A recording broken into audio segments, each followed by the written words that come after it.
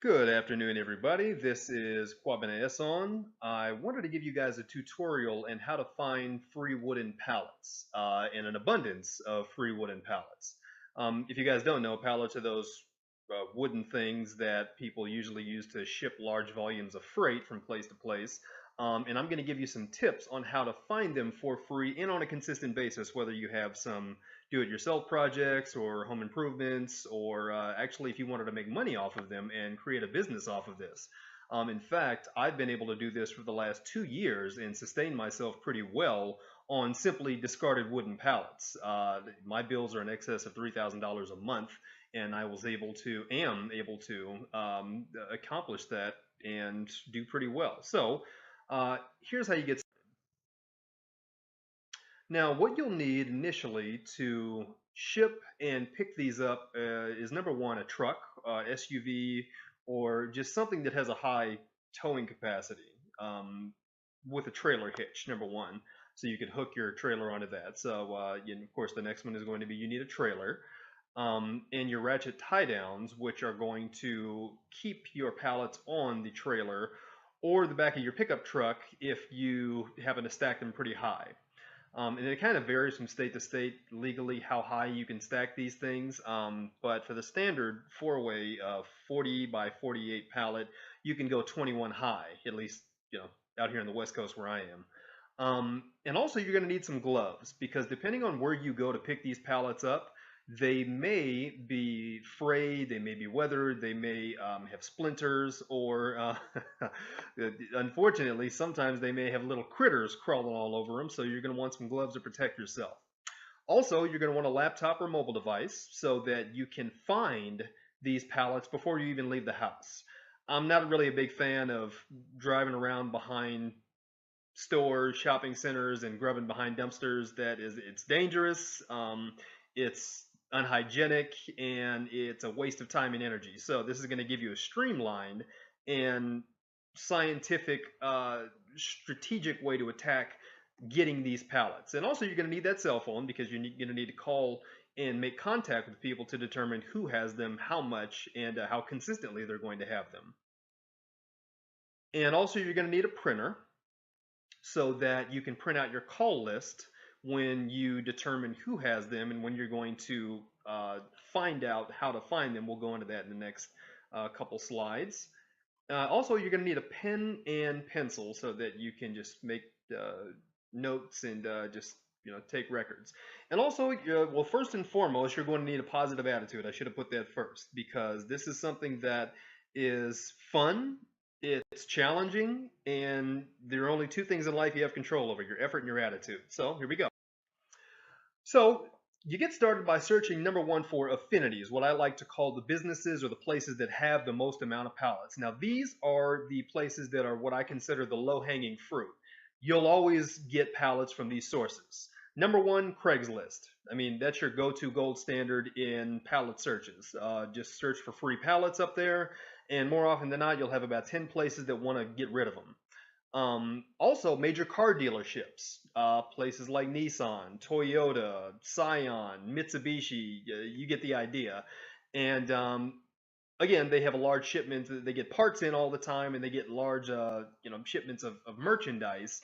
And they're more interested in merchandise than actually what is shipped, or what's used to ship the merchandise. So they're always going to have an abundance in pallets. Also, auto parts stores such as Napa Auto, CarQuest, less frequently O'Reilly's, but I have had pretty good luck with them.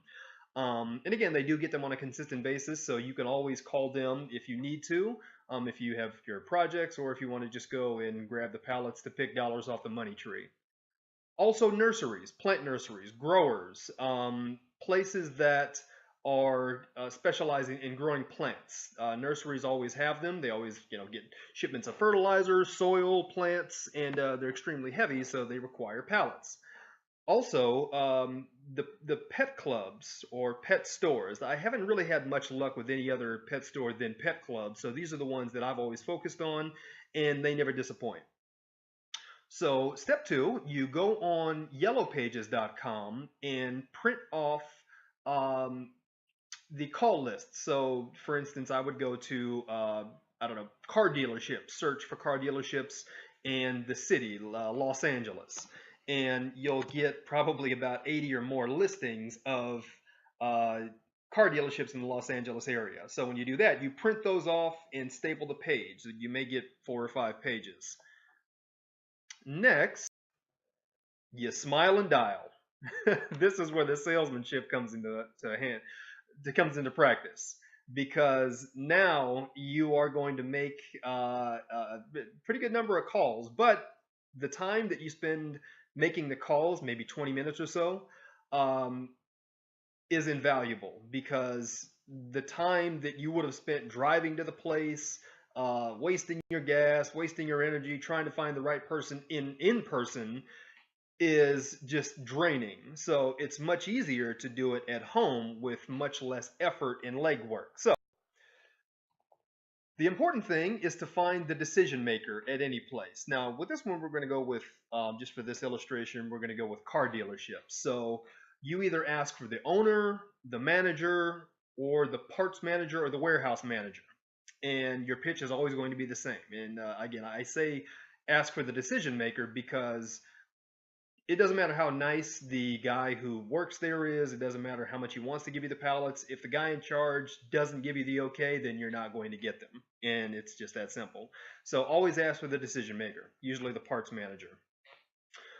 So what you're going to do, you call them up and you say, "Hi, this is Kwabena Esson. You don't know me, and actually I have kind of a weird question for you." And they're going to say, "Okay.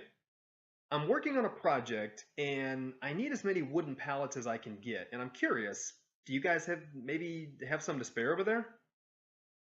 And that's it. It's that simple. That's how you find out how they have pallets and how many they have.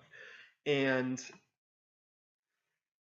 when you ask this, there are only 3 scenarios that I have come across, and this is through my tried and true trial and error method. So I promise you this works. So when you call up, you say, "Hi, my name is Kwabena Esson. You don't know me, and I have kind of a weird question for you." They'll say, "Okay. I'm working on a project, and I need as many wooden pallets as I can get. And I'm curious, do you guys have any to spare over there?" Scenario 1, they'll say, "Well, how many do you need?"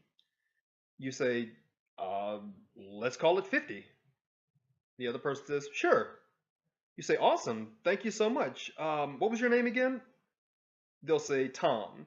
And you say, "Okay, Tom, I'll come by today, tomorrow, this weekend, whenever you have time. How late are you guys open? What are your hours of operation?" And they'll tell you. Then you'll say, "Great. Thanks a lot, Tom. I'll give you a call an hour before I get there." They say, "Okay, bye now." Now, it's really important to get the decision maker's phone number, because once you show up, you're going to want to show up and act like you know what you're talking about and you're there for a deliberate purpose. If you just show up and start grabbing stuff, people are liable to yell at you and say, "Hey, what are you doing picking through my pallets?"